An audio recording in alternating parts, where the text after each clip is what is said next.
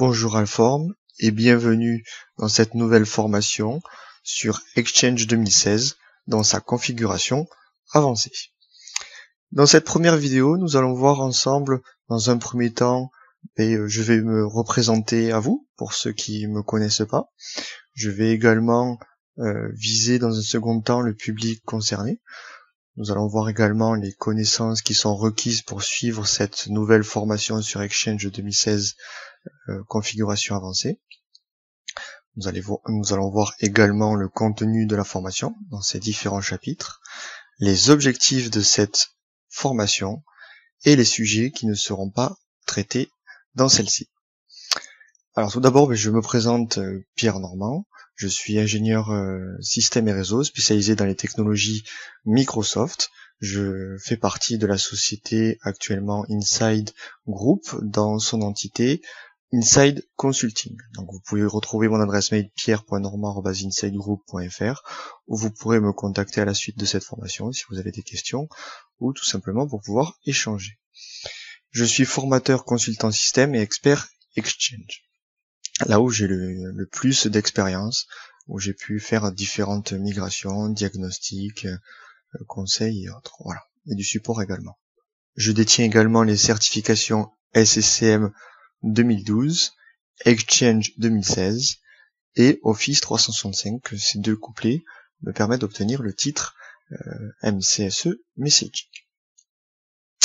Alors, le public concerné.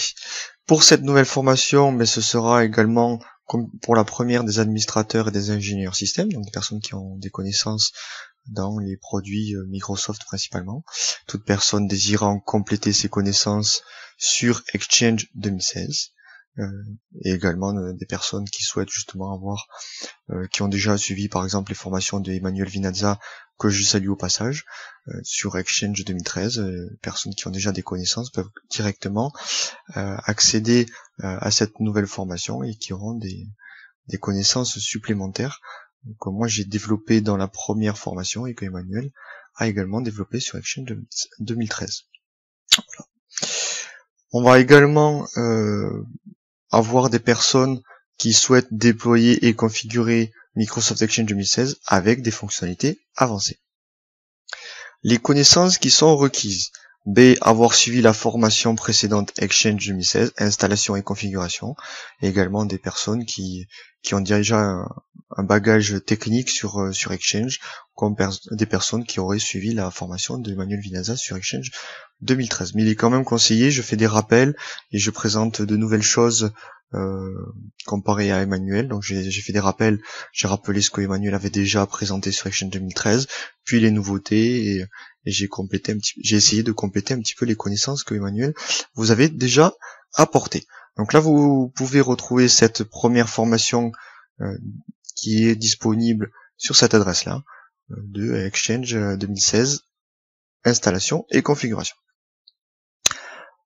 Donc nous voici dans la deuxième formation du cursus Exchange 2016. Donc la première, je le rappelle encore une fois, était Exchange 2016 installation et configuration. Et là, nous sommes à la deuxième étape, la configuration avancée d'Exchange 2016. Le contenu de la formation. Dans cette formation, nous verrons ensemble dans un premier chapitre la gestion avancée de la haute disponibilité DAG, où nous verrons des fonctionnalités comme l'autoricide et différents autres paramètres.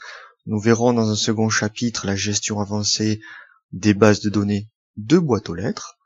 Nous verrons également dans le troisième chapitre la gestion avancée de la partie accès client, où nous verrons par exemple la haute disponibilité. Nous verrons dans le cinquième chapitre la partie Exchange Server Edge que nous n'avons pas présentée dans la première formation. Donc là on va voir la partie anti-spam, comment installer le rôle Edge dans Exchange 2016, comment le configurer, etc. Dans la cinquième partie, nous verrons des opérations avancées comme la mise en maintenance, des choses comme ça, la récupération de boîtes aux lettres, des choses comme ça. Nous allons voir dans la sixième partie des fonctionnalités avancées. Et dans la septième partie, je vous ferai une petite présentation de la partie administration d'Exchange par script. Donc là, ça vous permettra d'avoir des choses assez simples pour découvrir le scripting PowerShell.